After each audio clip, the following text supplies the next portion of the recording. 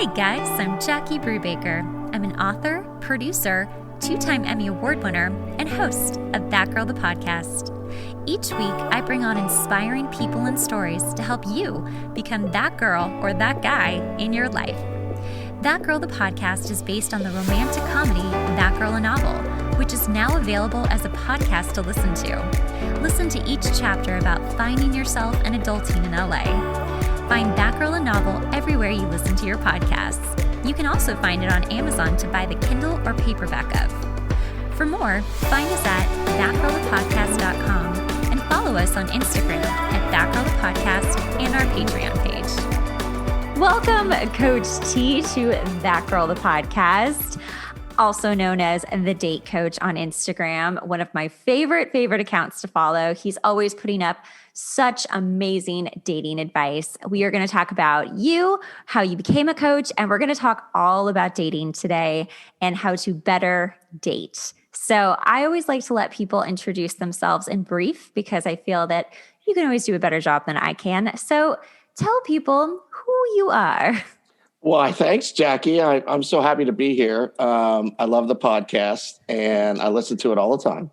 Thanks. Yay. So I'm Coach T. Anthony. A lot of people call me Coach T. I help men and women maneuver through the often chaotic jungles of online dating. And I take the frustration out of their frustration. And I try and get my clients to the finish line. Yes. So I help all kinds. I help men and women, divorcees, anybody who is having issues with the dating apps. That's what I do. So amazing. There's a lot of people who need help. I am probably one of them too. I'm not a big dating app person, but I have recently dipped my toe into it again. And I'm like, all right, let's see. How did you become a dating coach?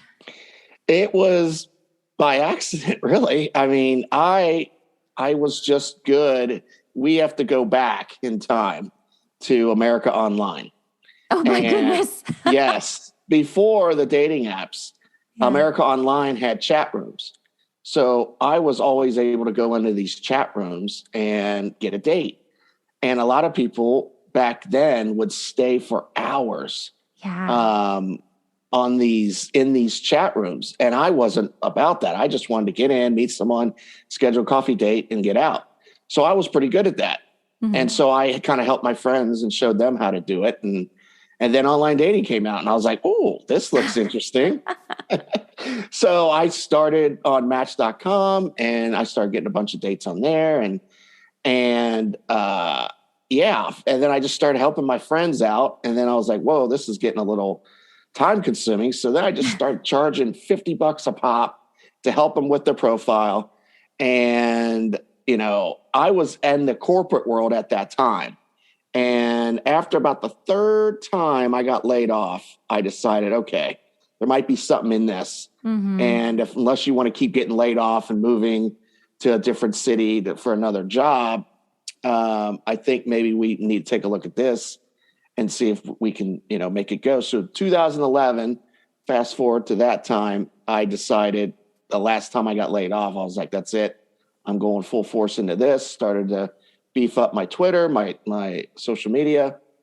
And that was it. I just started becoming a dating coach and doing it professionally now. So what is it like to work with a dating coach? Like, what would you start with someone to help them be a better dater? Well, we start with a discovery call first, and it's about 30 to 45 minutes. And there's two prongs involved in that call. Will we be a good fit? Mm-hmm. Are you coachable? And are you ready to get back into dating? So a lot of times I find out after 30 minutes and they find out themselves through the questions that they're not ready. Mm. They're still dealing with a trauma or a breakup, and they're actually getting forced by friends and family and saying, you should get back out there. And they don't realize that until we have this call. And then, if it is trauma related, I can always refer them to like a Lana Pratt or a Susan Winter, or I have a handful of people that I can refer them to. Mm-hmm. But if we do work out, it just depends. I have two things that I offer is a profile review. So if you're already in online dating and you just want to clean it up, I'll go in, surgically remove stuff, tell you, that's basically what I do, surgically remove things that could trigger people to swipe left.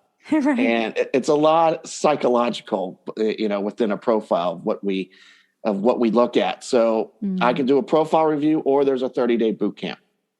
And the 30-day boot camp is basically just for someone who maybe was married for 30 years. They heard about online dating. Their kids showed them how to, hey, look, mom, dad, look who I swiped right on.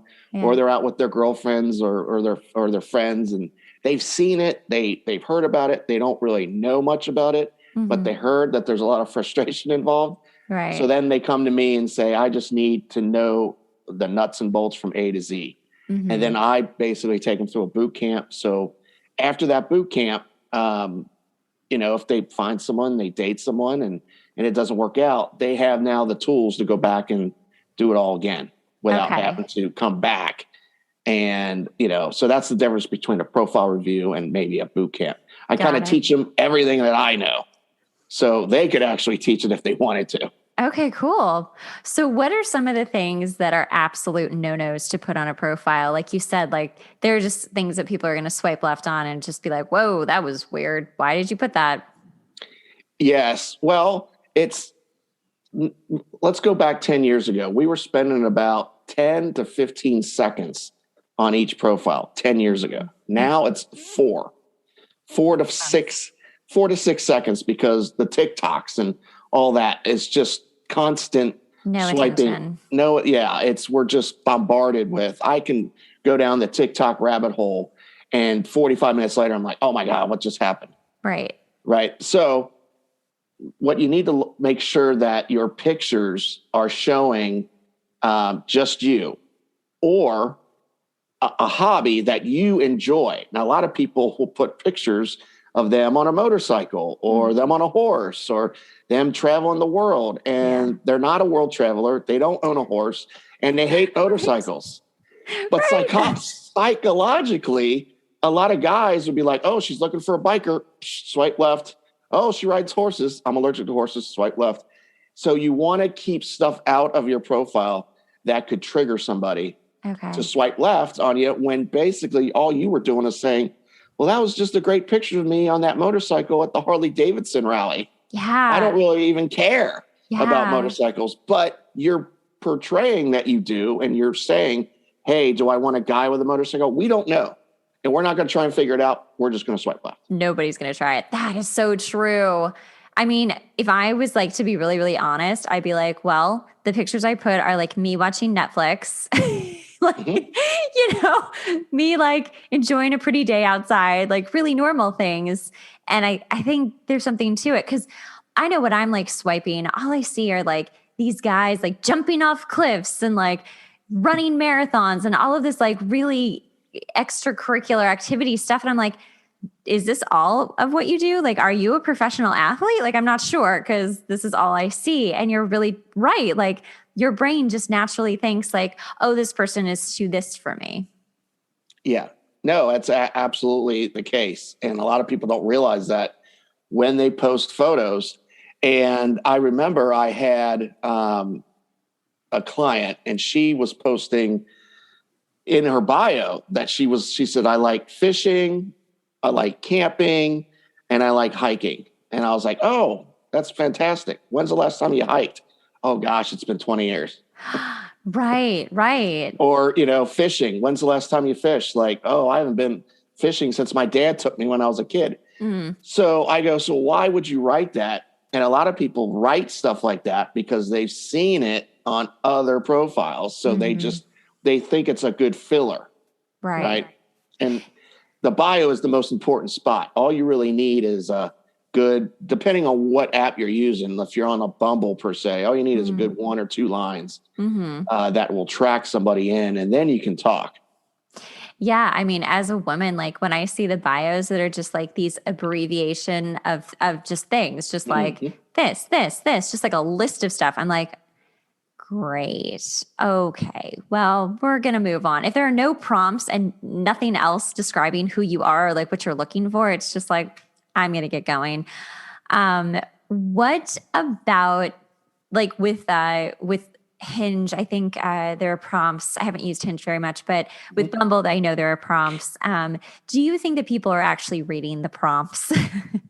It depends. So if you're on like a say Bumble, they do have prompts. Mm-hmm. So I went on 20 virtual dates in 60 days, and I love that. so and I did it because I'm getting my clients to do the same thing. And one client called me out, said, "You're single, right?" I was like, "I am single. Have you gone on a virtual date yet?" And I was like, You know what? I haven't. Let me go do that.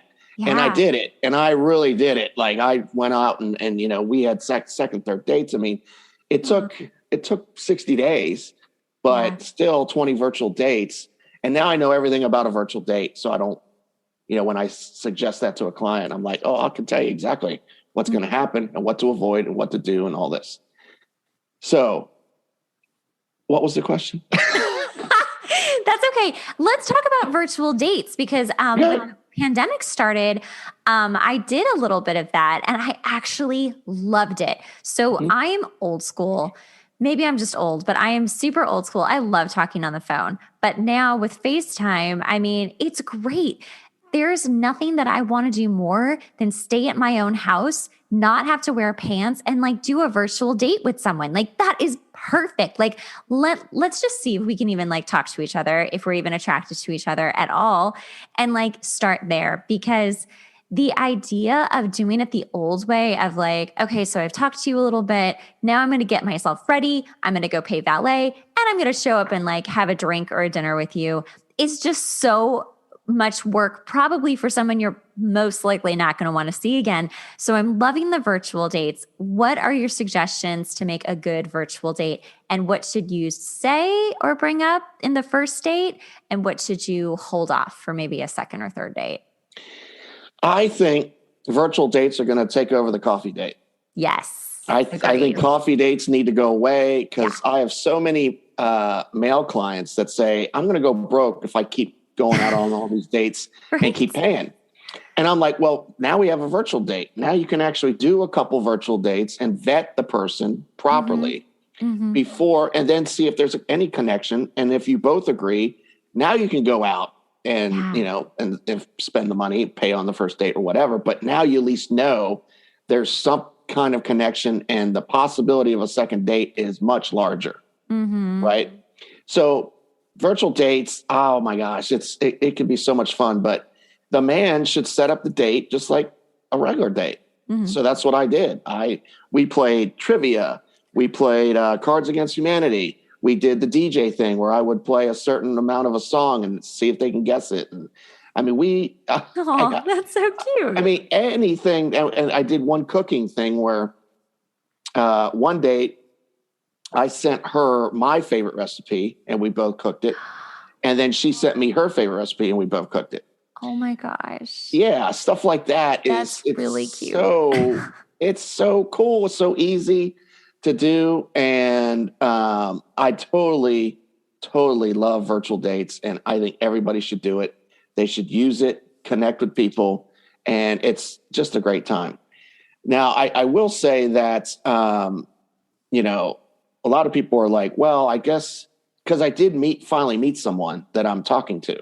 Oh, good. So it took 20 dates. And there's a couple that I went out on second and third dates as just friends. We already said, there's no connection, but man, this was fun. You want to do it again? And we still staying in contact. And I'm like, hey, how's your dating life? Have you done anything on virtual dates? And so it can be a whole new world, but it is exciting. And I know a lot of people are like, I'm camera shy. I don't want to get on the camera.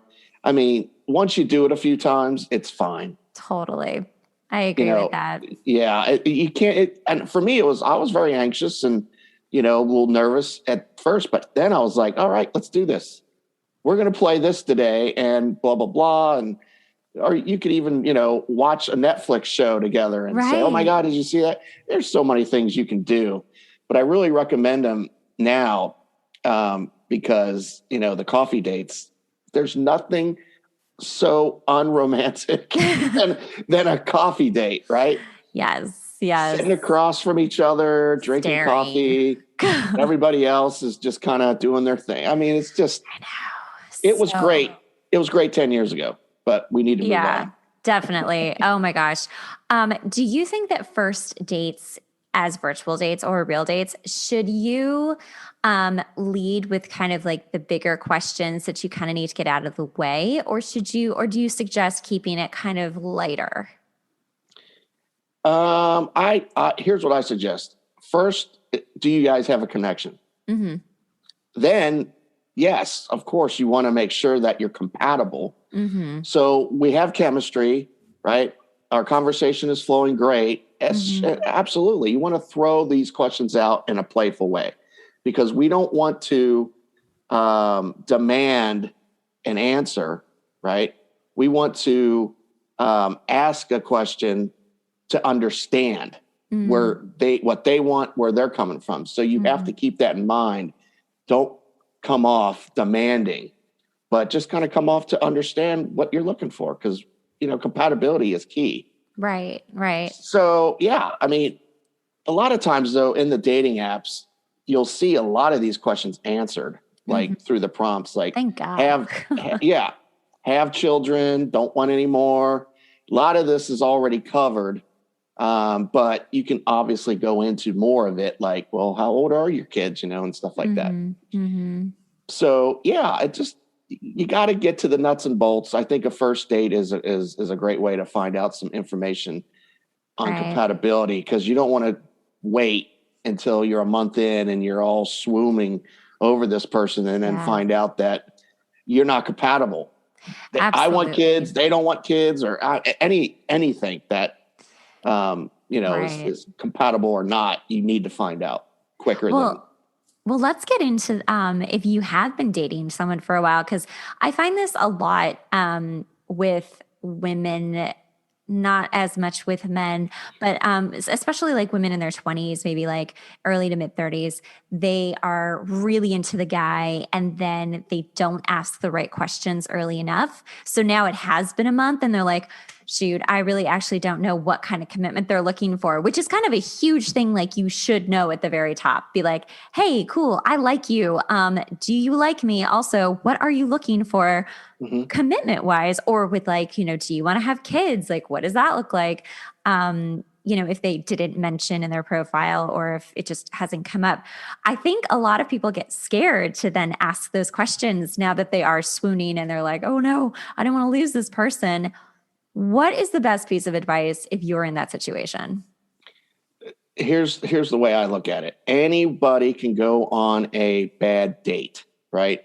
Or on a date with someone they're not compatible with. But the most successful daters that I know, look at the red flags, ask the right questions, and then remove them from their life before it gets to the point where, oh my gosh, I didn't ask the right questions, or I collected all these red flags because I'll deal with them later. I just love his blue eyes. Right. So you really need to, you need to be okay with not having an expectation and trying to connect on an authentic level in the beginning and find out as much as you can. Because we can have all the butterflies in the world, but Mother Nature, when she's doing her thing, I think she's drunk because she's just throwing arrows at anybody and connecting people because how many times have we gone, why didn't I feel something for this person, but I feel something for this person? Right. You gotta be kidding me. Oh, it's the worst. And Mother Nature's just like, oh, I'm sorry. And she just keeps doing her thing, like sipping on some gin and juice as she's connecting people, not really caring who she's connecting. Totally drunk Mother Nature. Gosh, that girl. Right.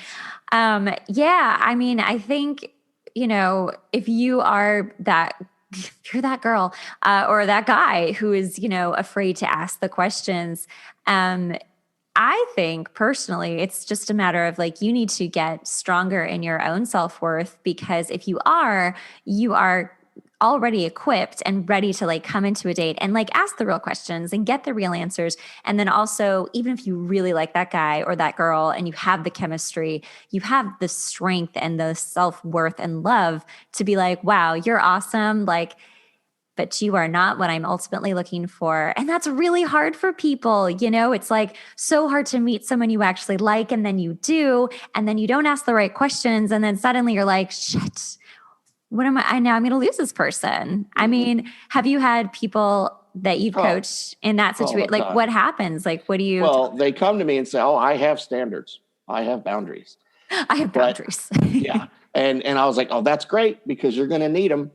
Because we want to make sure we're finding the right person for you.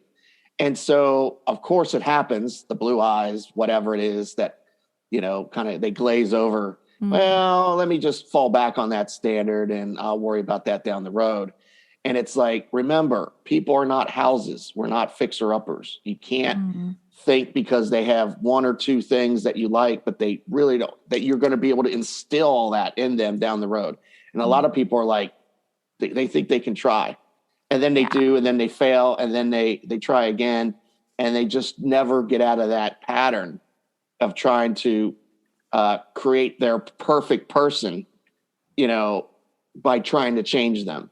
Right. And it happens a lot, and you just can't do it. You got to date someone who is in there now, and not who is, you know, potential. I was just thinking in their potential. The potential is your idea of their potential. Doesn't mean they're going to go ahead and commit to that potential. You're thinking, you're creating an entire person in your head and what their potential could be. You're thinking about, oh, we're going to live here. We're going to have, you know, matching Volvos and cute Labrador dogs and a white picket fence, and because he's got the potential. It just doesn't work that way. And it's unfortunate too, because I think a lot of people, when they meet that really great potential person, and then they realize that they're probably not their person, they've built up this whole dream, and now it's the death of a dream. It wasn't even the death of a real person. It was the death of what you created in your head. You're grieving that. And I think people get confused thinking they're grieving that person they lost, but that person never existed. No, right. And that's basically the ego grieving. That's our ego. The ego created it to begin with. So now our ego is now grieving. It's not us. Right. It's our ego. Like, why couldn't I change this guy? Or why couldn't this? Or why couldn't that? And we have to take our logical part of our brain and knock that ego out and say, okay, this is not what we want.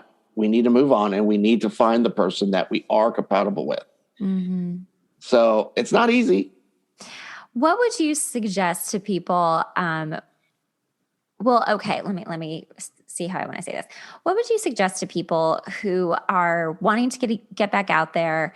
How do you know they're ready and they're not showing you signs of like, oh, I'm still hung up on my ex? Or, that's an obvious, but like, how do you know they're really ready to be out there and dating? Well, I ask a lot of good questions.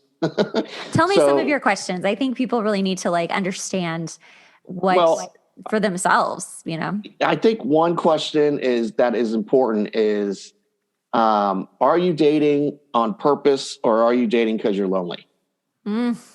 So depending on what that answer is, if you're dating because you're lonely, then we get into more questions that follow up. Okay, well, why are you lonely?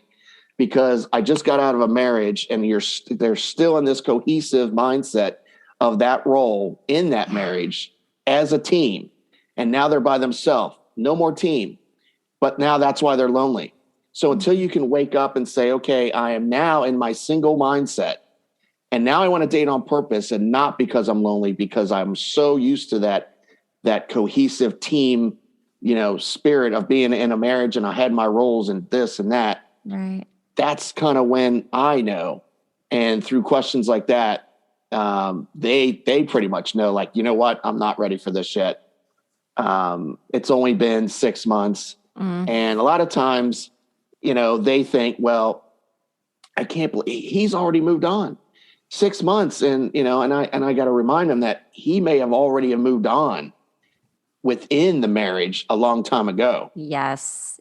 So you have to, and you were still in it. So he probably left a long time ago and you just weren't aware of it. Absolutely. So do not compare yourself to him or anybody else. It's your journey, it's your recovery, and it's your trauma that you have to now get through for you to get out there and date properly on purpose, and not because of friends or family or because you're lonely or anything like that. Agreed. Completely agreed. I think there's a difference between feeling desperate and lonely and then being like, you know what? I love my life. I really love who I am and I feel good. But like, it would be nice to have a partner, but not necessary to get through life because now I have my partner and everything can start. Well, okay. I do have a tip. Oh. And this is a good tip that I love to give everybody because I get the question so much. So the question usually comes to me is, hey, we've been dating for 6 months and I don't know what's happening, where we're at in this thing. Are we committed or whatever? And I'm afraid to bring it up. I'm afraid to ask the question. And I always tell them this little thing that they can do. Basically give them a call and say, hey, I was out with my girlfriends and we were talking about you. And they asked if we were in a committed relationship, and I didn't know how to answer it. Now, if you were there with us, what would you have said? So you lay that back onto him, and a lot of times you're going to get one or two things. You're going to get a pause and be like, "Oh my God, I don't know," or you're going to get, "Babe, come on, babe. Of course we're committed." Yeah. You know, being that that male, and then there you go. Now you know.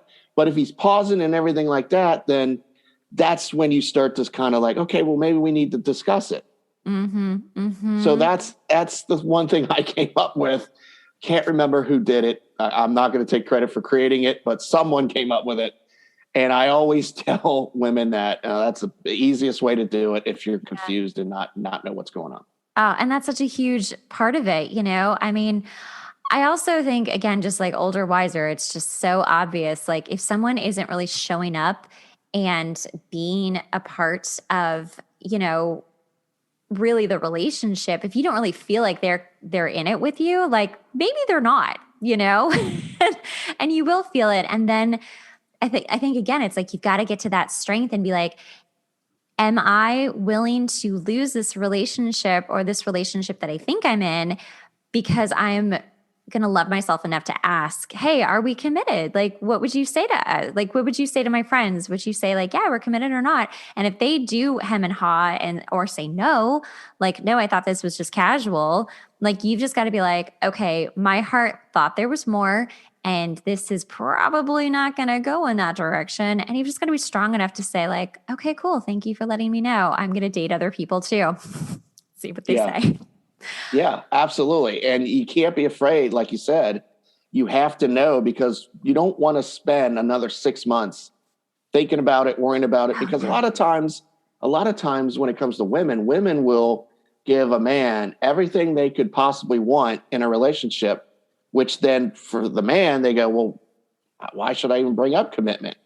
I'm getting everything I want right now. That is so true. My mom really, really ground that into my head growing up. She was like, I knew a woman who was baking a pie for this man, and she was seeing him and I was seeing him. They were just starting to date. And this woman would bake this guy, who would later become my mom's husband, by the way, a pie every single week and like be this amazing little housewife. But he didn't respect it because she's giving everything to him, thinking, oh, I'll just be so perfect and wonderful and accommodating and he'll just love me. No, he married my mother because she was strong and independent and was like, no, this is what I deserve. And he was like, yes, you do. And yeah, if you are just like, here's everything, I think that's also kind of creepy to someone too, like, yeah, whoa, okay. Well, it's not attractive. No. Right. I mean, we want, when a woman has standards and she has boundaries and she puts those standards in place, and if we maybe cross them and she goes, no, this is not how I want to be treated, that's attractive to a man. Yes. So women, listen to this. Listen, that is attractive to the right man. Now, if he's a narcissist or controlling idiot, then no, obviously not. But to the right man, oh yeah, it's definitely attractive. Okay. Last question in regards to like that, because the narcissism, thing, I could bring you on again and we could just talk about that. What about when there's a guy and you're like, no, he's a good guy, but like, he's just going through a lot. I think I hear that a lot. Like, oh, he's just really going through a lot. Like, I've put my boundaries up, I've told him what I need. And like the guy just like watches your Insta stories every day, but like is not like in your life. What is that? Well, a lot of women would say that's called mixed signals. I don't believe in mixed signals. I believe we are either interested or we're not, period. And if we're not, then it doesn't matter how much he looks at your stories or whatever. It's not the behavior that you're looking for, right? Mm-hmm. So take that behavior and go, that's not what I want, so it doesn't matter what that is. It's not what I want, so who cares? Let's not even define it. Let's move on. Yes. That's really simple, but very, very sound advice. Please listen, ladies, please listen.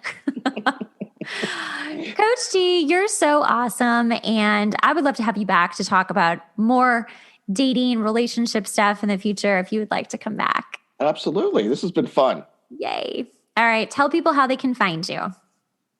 Well, they can find me at The Date Coach on Instagram. That's kind of like my hangout. Kind of like I'm old school. Like that's my bar and people can come up to me and hire me. So, follow me, slide into my DMs, try not to trip and fall. And I'm there to help. So I love it. He's amazing. You're seriously one of my favorite people to follow. I just love all the stuff you put. I don't know if you can see, but I'm blushing right now. So thank you so much. Aw, thank you so much, man. This has been great. Yeah. Awesome. Thanks. I appreciate it. Thanks so much for listening to the podcast. Remember, sharing is caring. Make sure to rate the podcast and leave a review. We really rely on this to help get the podcast out there. Also, make sure to watch the video version on YouTube at That Girl the Podcast.